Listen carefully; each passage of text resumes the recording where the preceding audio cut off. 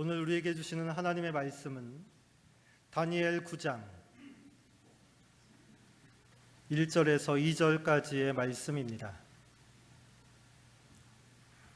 구약성경 다니엘서 9장 1절, 2절 말씀을 보겠습니다. 이 시간 하나님의 말씀을 한 목소리로 읽습니다. 메대 족속 아하수에로의 아들 다리오가 갈대아 나라 왕으로 세움을 받던 첫 해, 곧 그 통치 원년에 나 다니엘이 책을 통해 여호와께서 말씀으로 선지자 예레미야에게 알려주신 그 연수를 깨달았나니 곧 예루살렘의 황폐함이 70년 만에 그치리라 하신 것이니라. 아멘.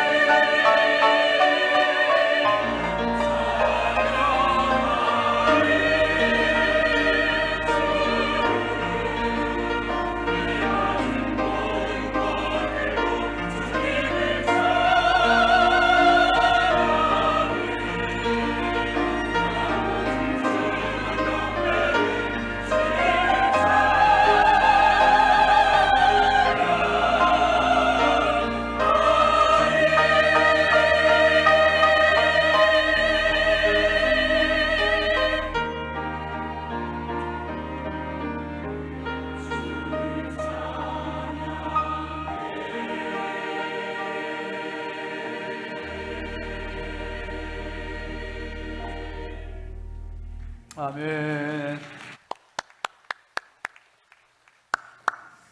이제 말씀을 듣겠습니다. 담임 목사님 나오셔서 그치리라라는 제목으로 말씀을 전하십니다. 큰 은혜 받으시기 바랍니다.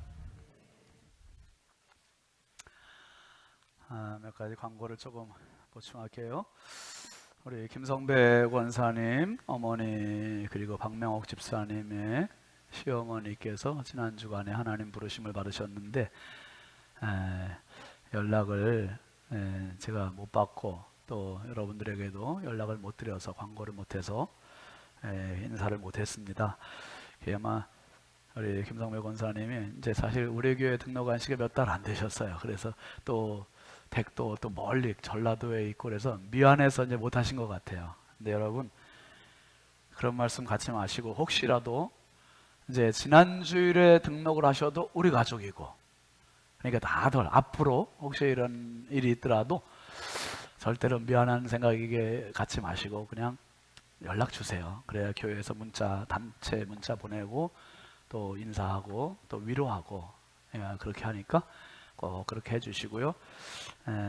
소식을 모르셨던 분들 김성배 권사님 또 박명옥 집사님 가정에 슬픔을 위로해 주시고 같이 격려해 주시기를 바랍니다. 그리고 우리 행복한 밥상 그 사진들을 이렇게 주일날 올리는데 지난주는 제가 사실 그 우리 교회 부임하고 부임 신방을 하다가 코로나가 터지는 바람에 이게 딱 신방을 미처 다 못했어요. 그러다 보니까 이제 못한 가정들끼리 모여서 한 구역이 지난 주일에는 우리 카페에서 같이 단체 신방을 받았습니다. 그래서 8-8 구역에서 4가정이 부부별로 같이 모여서 자녀들하고 같이 단체 신방 받고 기도 받고 식사까지 같이 했습니다. 한번 사진 잠깐 좀 보여주세요. 1층 카페 이제 문 닫은 시간에 4시에 가서 함께 기도하고 그리고 이제 그 구역장 윤진아 집사님인데 서림수 집사님, 윤진아 집사님 가정, 재원이가 군대가 있고요. 그리고 김현섭 집사님, 장은정 집사님 가정, 그리고 박상준 집사님, 윤정희 집사님 가정, 그리고 노범우 집사님, 허윤희 집사님 가정 해서 4가정 같이 하고 인증샷 사진. 이게 제가 참 이게 구역의 정말 완벽한 모습이다, 모델이다 이런 생각을 가졌어요. 부부가 다 모이고 자녀들까지 총동원돼서 그래서 제가 같이 친숙하게 시간을 못 보냈던 남자 집사님들도 그날 같이 많은 교제를 하고 정말 은혜로운 시간을 보내고 특별히 이 구역에서는 그동안에 푼푼히 조금씩 돈을 모았대요. 회비를 모아서 해외여행 갈 돈은 안 되고 그래서 코로나 때 모이지를 못하고 식사도 못하고 그래서 요번에 지난 주일에 같이 가서 식사하고 교제를 나눴습니다. 아주 참 은혜로운 시간이고 행복한 시간이었어요. 그래서 여러분 신방을 아직 미처 못한 가정들 이제 저도 부지런히 할 텐데 미처 못하는 가정들은 이렇게 구역별로 해서 주일 오후에 제가 2시에서 4시까지 이제 제자 훈련이 있고 4시에 그때 시간이 괜찮아요. 그래서 같이 모이고 예배드리고 같이 기도받고 하면 너무 좋을 것 같습니다. 팁으로 알려드립니다. 목회 이야기 잠깐 읽겠습니다. 잔치하는 집.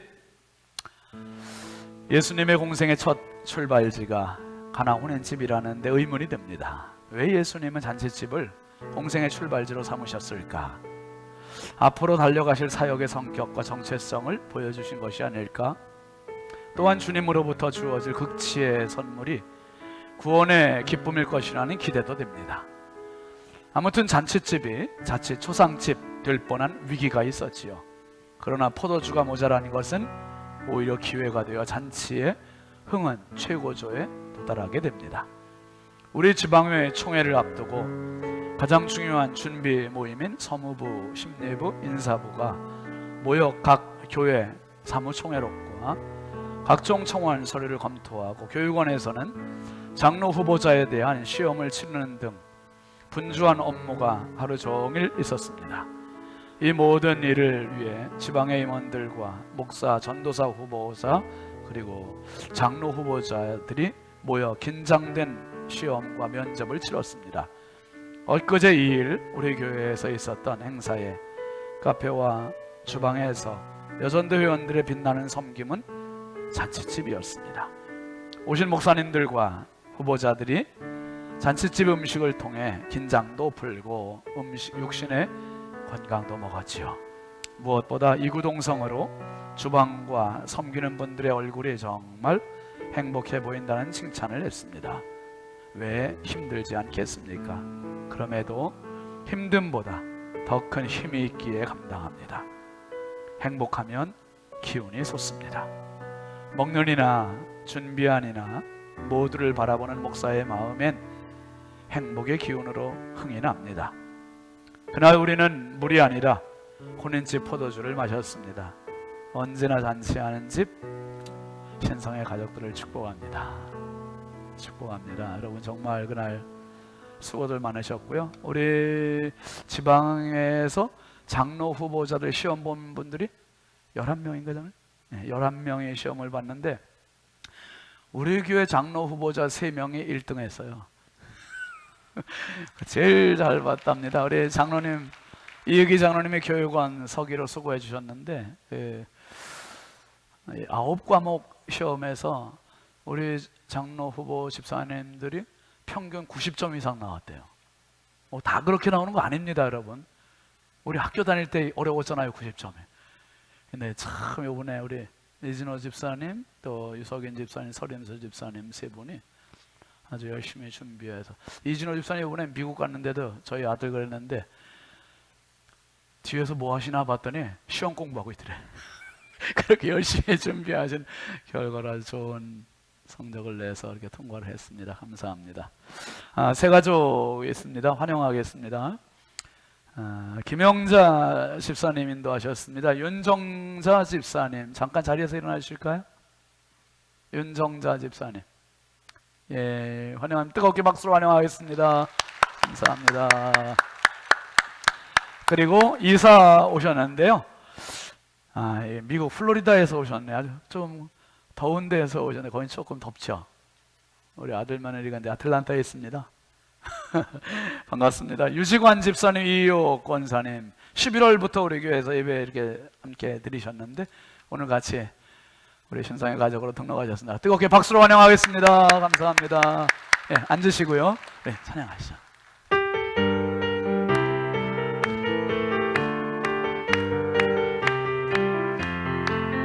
주의 사랑으로 환영합니다. 주의 사랑으로 환영합니다. 형제 안에서 주의 영광을 보내 주의 사랑으로 환영합니다. 주의 사랑, 주의 사랑으로 환영합니다. 주의 사랑으로 환영합니다. 자매 안에서 주의 영광을 보내 주의 사랑으로 환영합니다.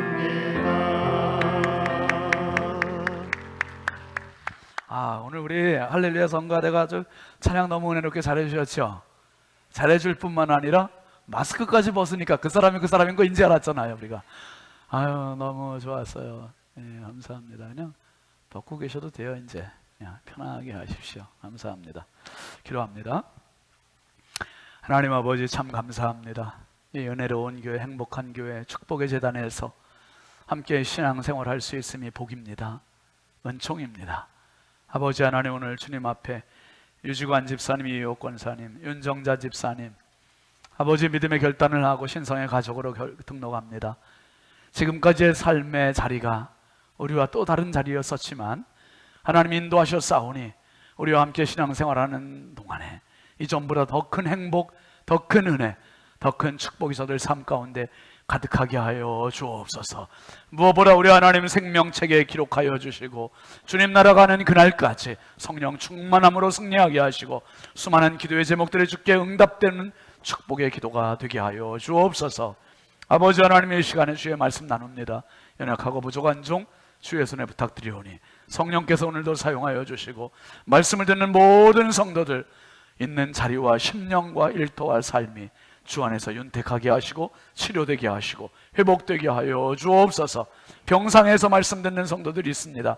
하나님 아버지의 치료의 광선을 더하여 주시고 저들의 자리가 다시 일어나는 자리가 되게 하시고 하나님께 영광 올리는 간증의 자리가 되게 하옵소서. 믿사옵고 예수님의 이름으로 축복하고 기도합니다. 아멘. 우리 앞뒤좌우 축복하시죠. 사랑합니다. 축복합니다. 반갑습니다. 은혜 받읍시다. 예, 반갑습니다. 1월이 지나고 이제 2월입니다. 여러분, 이 한 달 동안 정말 주님의 큰 은혜가 우리 모든 성도들과 가정 위에 가득하시길 주의 이름으로 축원합니다. 우리 교회표 함께 하시죠. 함께 가요. 하나님과 함께, 가정과 함께, 그리고 뭐죠? 이웃과 함께. 네, 함께합니다.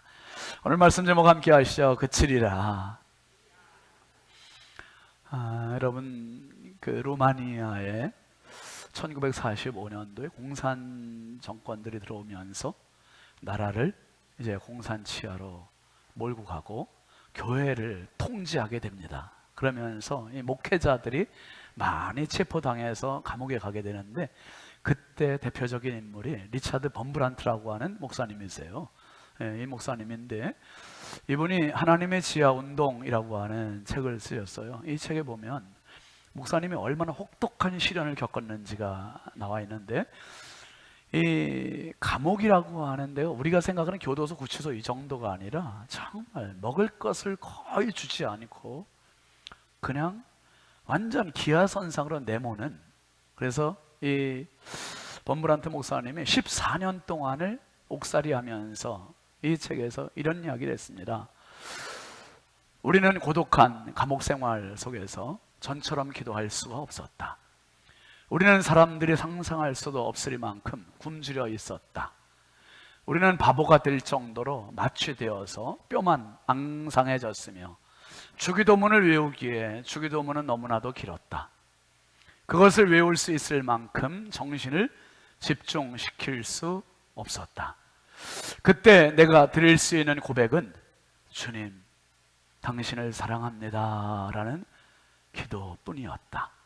그러던 중 어느 영광스러운 날에 나는 다음과 같은 응답을 받았다. 너는 나를 사랑하느냐? 이제부터 내가 너를 얼마나 사랑하는지 보여주겠다.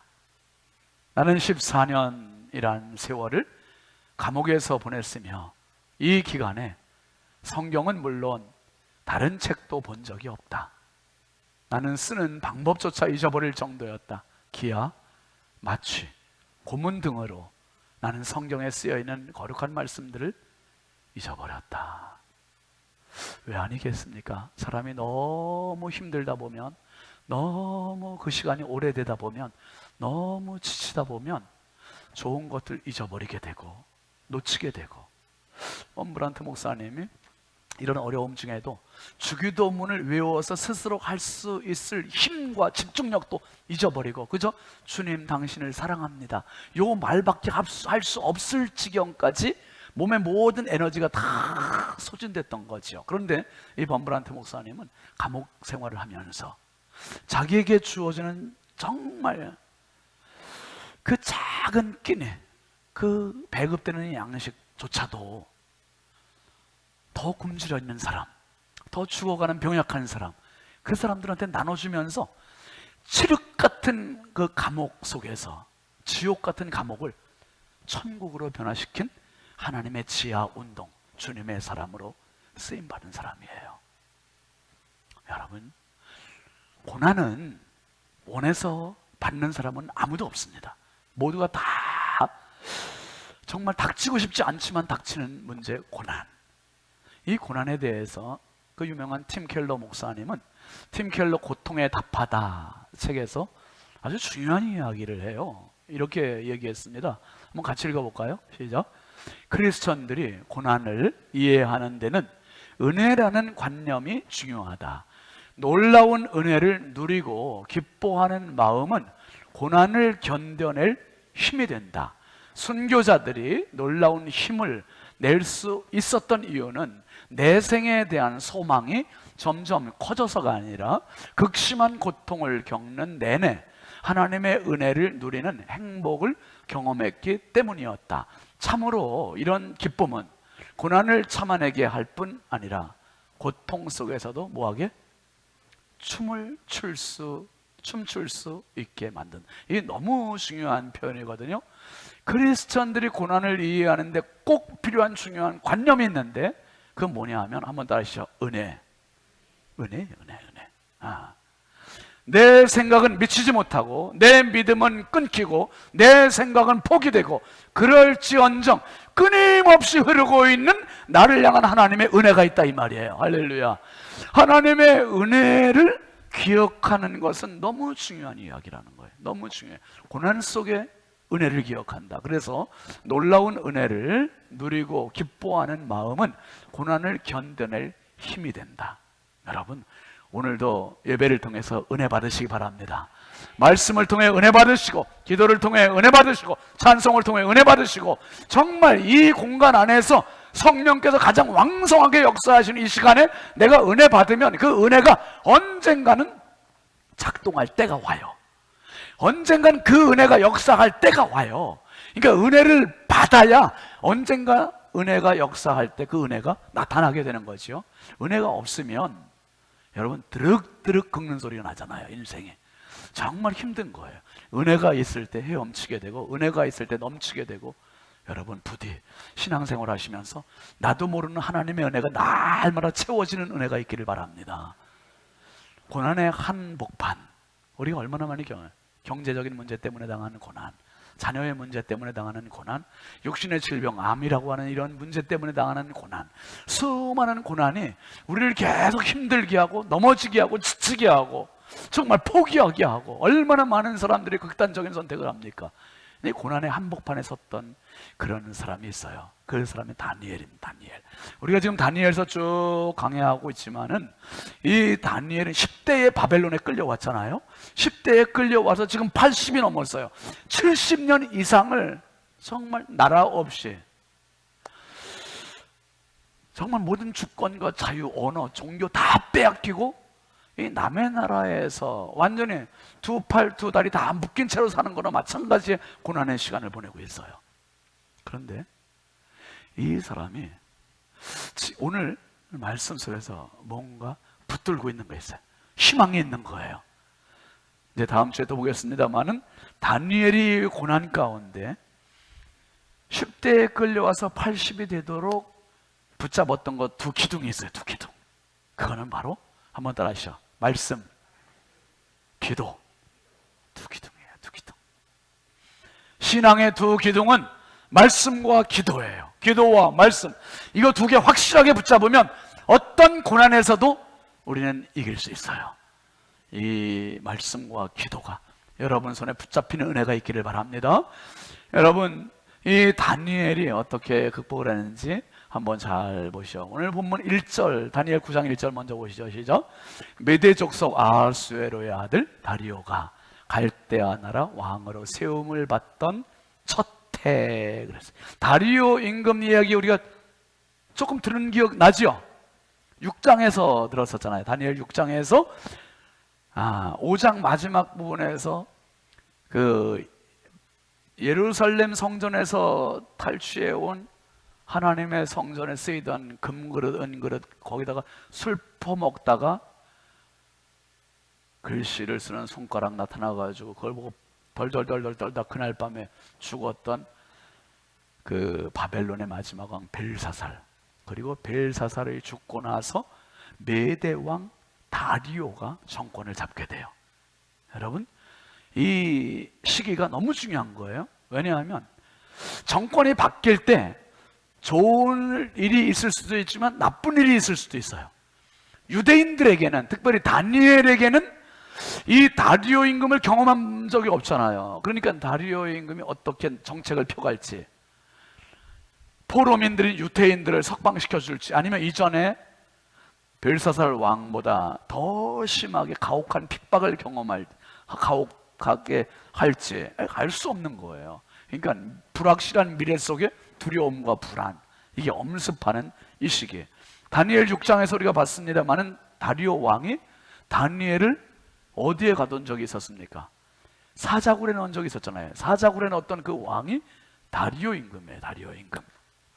그 첫 해, 다리오 임금이 왕이 되던 첫 해에 다니엘이 이 불확실한 상황 가운데 무엇을 펼치는가? 오늘 말씀 보세요. 다니엘 9장 2절 보겠습니다. 시작. 곧 그 통치 원년에 나 다니엘이 책을 통해 여호와께서 말씀으로 선지자 에레미야에게 알려주신 그 연수를 깨달았나니 곧 예루살렘의 황폐함이 70년 만에 그치리라 하신 것이니라. 할렐루야. 한번 따라 하시죠. 그치리라. 와, 이 고난의 시간, 이 어둠의 시간, 이 좌절의 시간이 그친다는 거예요. 그친다. 이 황폐한 시간이 끝난다는 거. 여러분, 당신이 당하는 고난의 시간이 끝날 때가 반드시 옵니다. 아멘이죠. 고난이 끝나든지 내가 끝나든지, 내가 끝나면 안 되지. 끝날 때가 반드시 와요. 그런데 시점을 말씀하시는데 70년 만에 이 예루살렘의 황폐함이 끝난다는 거예요. 와, 여러분, 이거 말이 너무 중요해요. 왜냐하면 다니엘이 그저 지금 70년 포로로 있으면서 그냥 자포자기하고 체념하고서 그냥 아무 희망 없이 살아간다면 그냥 그렇게 하루하루 살겠죠. 먹는 거에 먹겠죠. 그런데요, 다니엘이 놓지 않은 게 있어요. 10대에 끌려와서 한평생 고난을 받으면서 80대가 되도록 놓지 않은 게 있는데, 말씀이야, 말씀. 하나님의 말씀, 기도. 여러분, 이 말씀을 보니까 에레미야 선지자가 쓴 글이 나오는 거예요. 에레미야 선지자의 글에 보니까 연수를 봤다, 연수를 깨달았는데 예루살렘의 황폐함이 70년 만에 그치리라. 요 이야기가 예레미야 29장 10절에 나옵니다. 한번 보시죠. 시작. 여호와께서 이와 같이 말씀하시니라. 바벨론에서 70년이 차면 내가 너희를 돌보고 나의 선한 말을 너희에게 성취하여 너희를 이곳으로 돌아오게 하리라. 와, 에레미야 선지자를 통해서 하나님이 주셨던 예언의 말씀이 70년이 차면 내가 너희를 돌보고 이 예루살렘으로 돌아오게 해주겠다. 여러분, 하나님이 우리에게 주신 최고의 러브레터 뭡니까? 하나님이 우리에게 주신 최고의 보석, 하나님이 우리에게 주신 최고의 선물, 하나님이 우리에게 주신 최고의 축복 뭡니까? 성경이에요. 성경. 그래서 어떤 분은 성경 달달달달 털고 깨끗하게 하고 표시하고 금박 올리고 그래가지고 항상 끼고 다니고 집에 가서도 전데 딱 보관하고 교회 올 때 꼭 모시고 오고 모시고 다녀요. 모시고. 절대로 열어보면 큰일 나. 다 항상 모시고. 그래가지고 성경을 덮어놓고 믿어야 된대. 덮어놓고 믿는데 아주 그냥 덮어놓고 절대로 피질 않아요. 여러분, 성경은 열어봐야 돼요. 열어봐야 돼. 선물을 줬는데 선물을 야, 포장지 되게 예쁘네. 와, 어서 이런 포장지가 나지. 무게도 괜찮네. 와, 포장이 정말 근사하게 됐다. 아니, 포장만 볼 거예요? 선물 포장지를 뜯고 내용물을 봐야지 뭐가 들었나. 하나님께서 우리에게 주신 성경은 읽으라고 주신 것이고 들으라고 주신 것이고 묵상하라고 주신 것이고 깨달으라고 주신 것이고 실천하라고 주신 것이고 이 말씀대로 살라고 주신 것이니 말씀이 살아있고 운동력 있고 좌우의 날선 어떤 건보다도 예리하게 역사되는 능력의 말씀으로 경험되길 주의 이름으로 축원합니다. 말씀은 살아있는 말씀. 다니엘이 말씀을 보는 순간 에레미야 29장 10절의 말씀을 하나님께서 70년 만에 그치게 해주시는구나, 돌아가게 해주시는구나. 이때가 너무 중요한 거예요. 다니엘이 이걸 깨달은 거죠. 말씀을 못 봤다면 깨닫지도 못하고 말씀을 몰랐다면 그냥 체념하고 살았을 텐데 말씀을 보니 깨달은 거예요. 여러분, 다니엘이 주전 605년에 포로로 바벨론에 잡혀왔고 그리고 이제 1차 침공 때 잡혀왔고 20여 년이 지난 주전 586년에 자기 조국 남유다가 망해요. 그리고 이제 70년으로 치면 조국이 멸망은 586년부터 약 516년까지, 516년, 주전 516년에 나라가 멸망한다고 보면 지금 다니엘 9장 이 다리오 임금의 첫 해는 약 주전 520년경이 됩니다. 520년경. 그러니까 지금 나라가 멸망한 지 약 66년에서 67년 정도 됐던 시점이에요.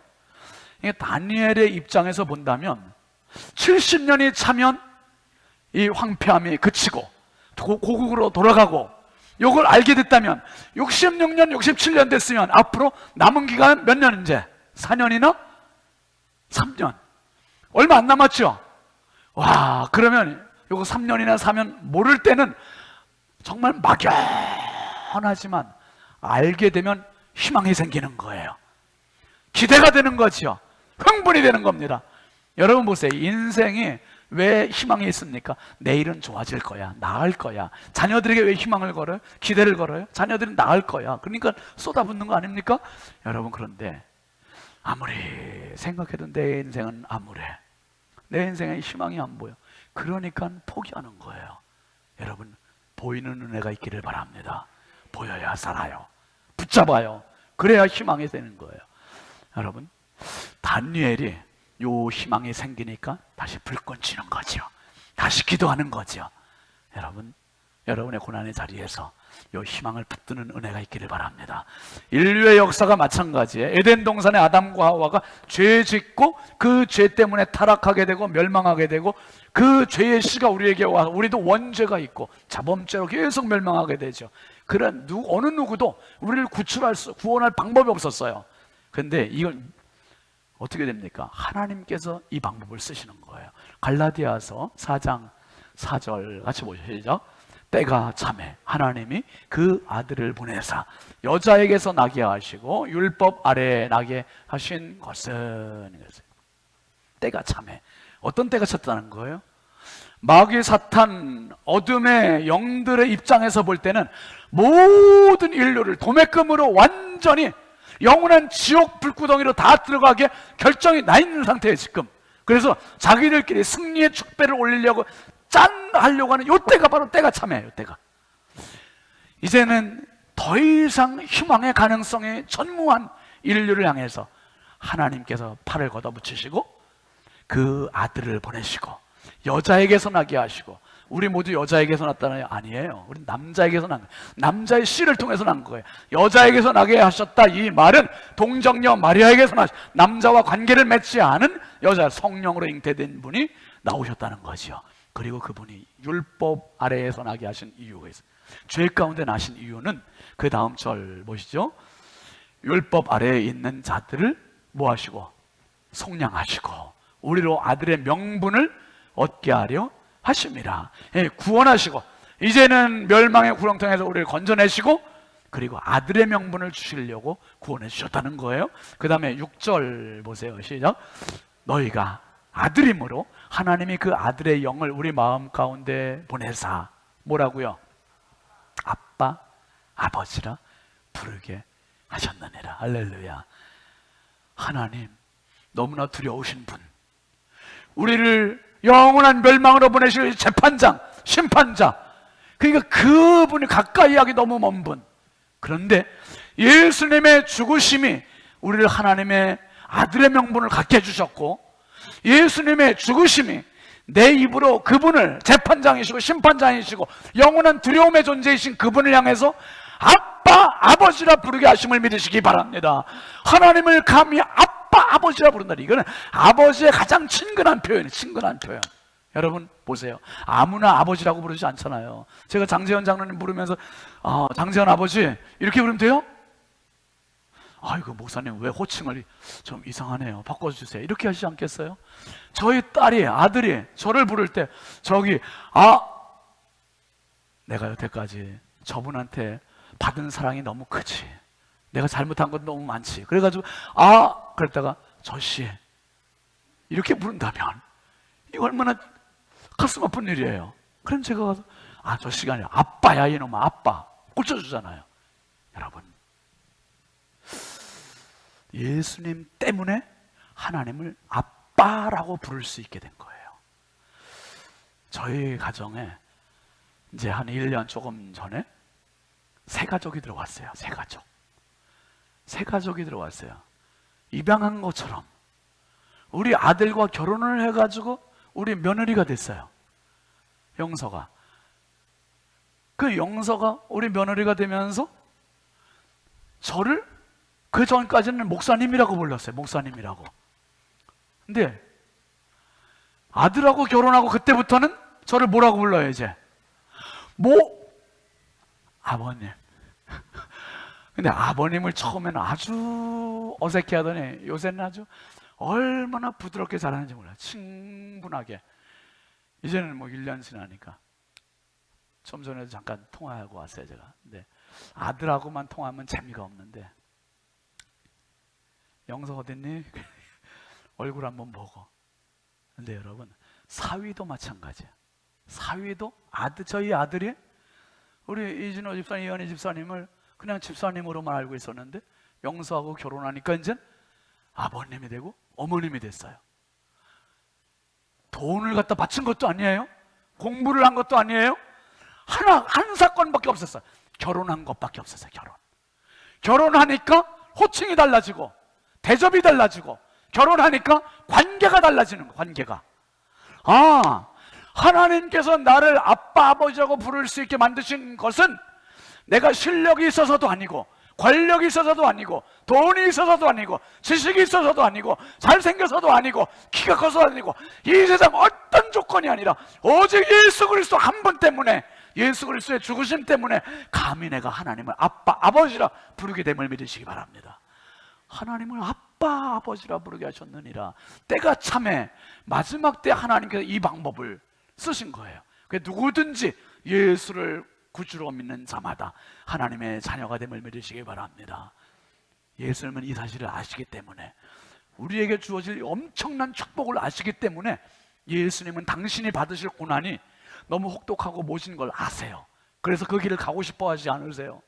그런데 우리에게 주어질 이 고난의 끝자락 이유를 아시기 때문에 예수님의 기도는 이렇게 주어지는 겁니다. 누가복음 22장 42절 같이 보시죠. 시작. 이르시되 아버지여, 만일 아버지의 뜻이거든 이 잔을 내게서 옮기시옵소서. 그러나 내 원대로 마시옵고 아버지의 원대로 되기를 원하나이다.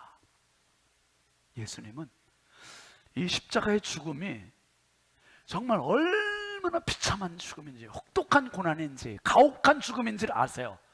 그러니까 이 잔은 아버지 뜻이거든 차라리 십자가 안 지고 할 수 있는 방법은 없을까요? 그렇게 기도하세요. 그러다가 예수님은 그래도 내 원대로 마시고 아버지의 원대로 해주십시오. 왜요? 이 고난의 끝이 있는 걸 아시고 고난의 끝 너머에는 우리에게 베풀어질 그 혜택이 어떤 건지 아시기에 예수님은 이 기도를 하세요. 이 기도가 끝나자마자 어떤 일이 벌어집니까? 43절 보시죠. 천사가 하늘로부터 예수께 나타나 힘을 더하더라. 한번 따라 하시죠. 힘을 더하더라. 힘을 더하더라. 여러분, 나 혼자 살아갈 수 있는 힘이 없어요. 얼마나 부족한지 몰라요. 얼마나 낙심하는지 몰라요. 얼마나 포기하는지 몰라요. 나에게 정말 필요한 힘이 있어요. 하나님이 공급해 주시는 천사가 힘을 더하더라. 천사가 돕는 이 힘이 당신에게 주어지길 주의 이름으로 축원합니다. 여러분이 가시는 곳마다, 여러분이 있는 자리마다, 여러분의 가정마다, 일터마다, 학교마다 어디든지 천사가 돕는 힘이 필요해요. 목회도 제가 무슨 재간으로 여기 여러분 저보다 나으신 분이 얼마나 많아. 다 대부분 저보다 훌륭하시잖아요. 그런데 제가 뭐 가지고 여기서요? 천사가 힘을 도우니까, 힘을 도와주니까 그 힘 가지고 하는 거예요. 그 힘을 여러분이 받으시기를 바랍니다. 다 받아가세요. 여러분, 성경은 분명히 소망을 얘기해요. 소망. 고난 중에 처한 자들의 소망을 얘기해요. 그래서 한번 따라하시죠. 성경은 소망의 책이다. 믿습니까? 하나님의 말씀 성경은 절대 소망의 책이에요. 세상 고난은 상대 고난. 근데 소망은 절대 소망. 그래서 소망을, 성도가 갖는 소망을요, 뭐라고 표현하냐면 영혼의 닻이다. 이렇게 표현해요. 영혼의 닻. 히브리서 6장 19절 한번 같이 보시죠. 시작. 우리가 이 소망을 가지고 있는 것은 영혼의 닻 같아서 어떻다고요? 튼튼하고 견고하여 휘장 안에 들어가나니. 휘장 안은 하나님의 면전을 말하는 거예요. 하나님의 면전에 들어갈 수 있는 힘, 그것은 우리의 소망 때문에. 와, 예수님 믿는 그 소망, 믿음, 이게 영혼의 닷 같대요. 튼튼하고 견고하대요. 여러분, 닷 뭔지 아시죠? 닷 갈고리예요. 쉽게 말하면 갈고리, 이런 거. 이게 닷입니다. 뭐 배가 항구에 정박할 때 이 닷과 연결되어 있는 밧줄을 갯벌로 던져서 갯벌 흙에다가 푹 파서 묶어놓는 거. 이게 닷이잖아요. 그러니까 바닷물이 막 바람에 흩날려도 물결치는 대로 그냥 배가 떠내려가지 않아요. 떠내려가지 않아. 왜요? 닷에 밧줄로 배를 묶어놨기 때문에. 이게 닷이에요. 이게 닷.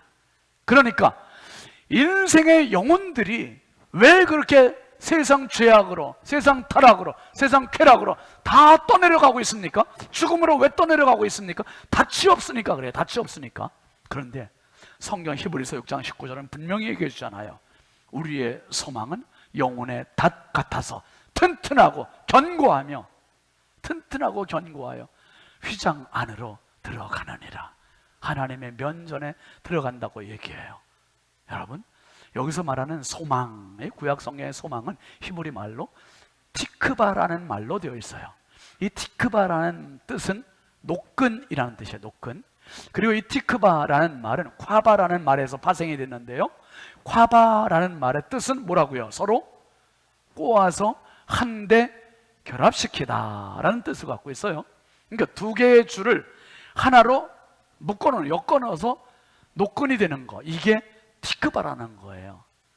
아, 그러니까 소망이라는 거는 내 속에서 생기는 게 소망이 아니고, 내 속에서는 늘 실패뿐이고 절망뿐이고 좌절뿐이고 낙심뿐이고, 그런데 내가 하나님을 바라보는 순간 거기서 소망이 오는 거예요.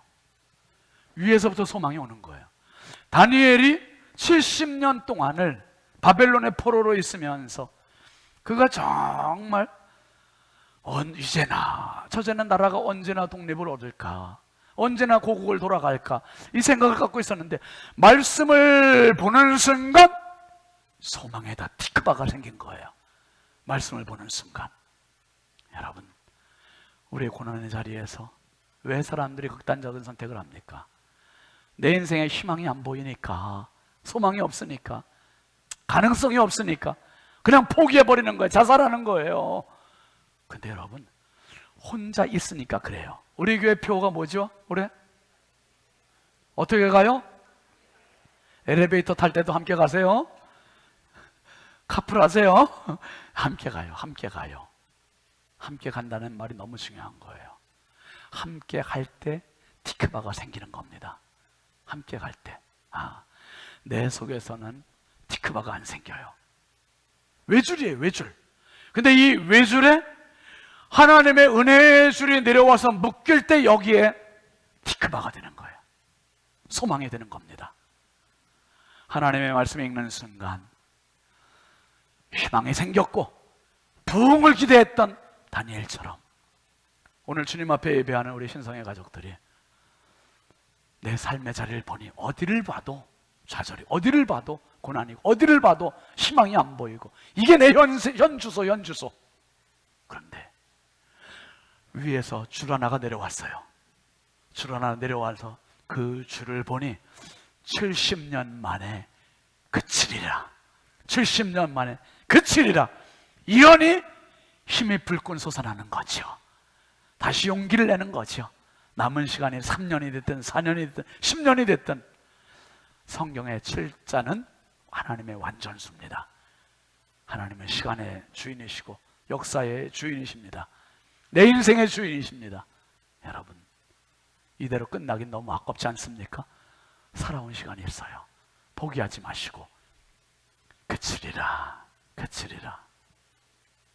하나님이 주시는 티크바가 당신의 인생을 다시 불끈 솟아나게 하는 부흥의 사건이 되시길 바랍니다. 그래서 개인의 부흥, 가정의 부흥, 사업의 부흥, 직장의 부흥, 자녀의 부흥, 그리고 우리 교회의 부흥을 꿈꾸며 우리 함께 그치리라는 그 확신을 가지시고 부흥의 소망을 갖고 함께 이 믿음의 길을 가는 저와 여러분 다 되길 주의 이름으로 축원합니다. 축원합니다. 우리 함께 부흥 찬양합시다.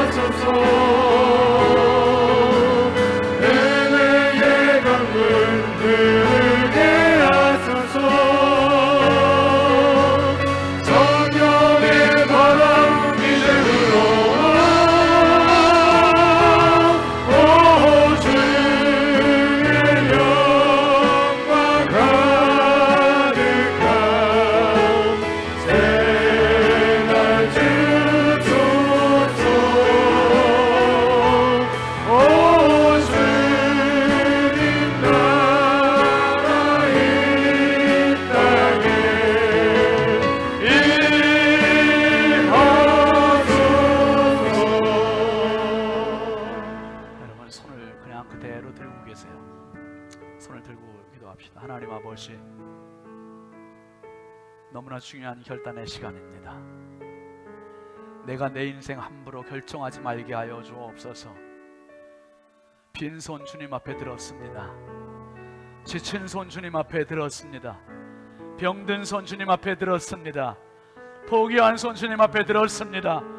내 손 가지고는 희망이 나올 수 없습니다.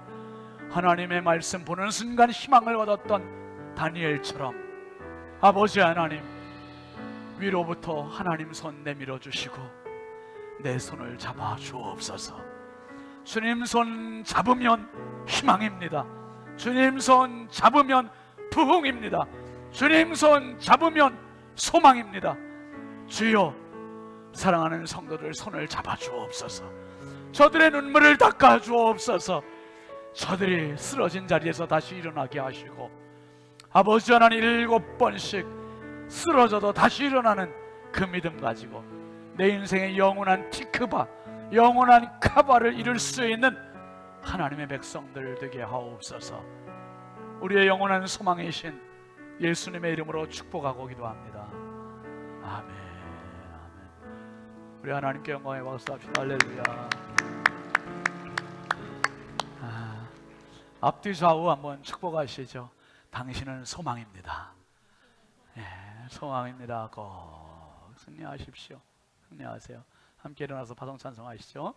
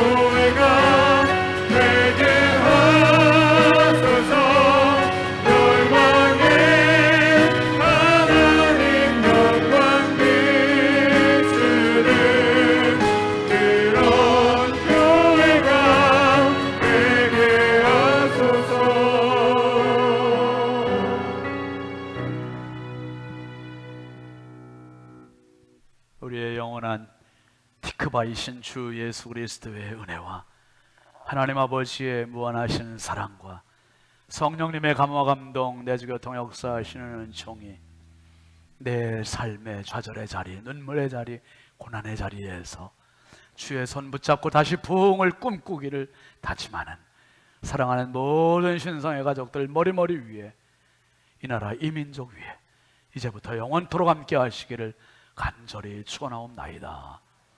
아멘.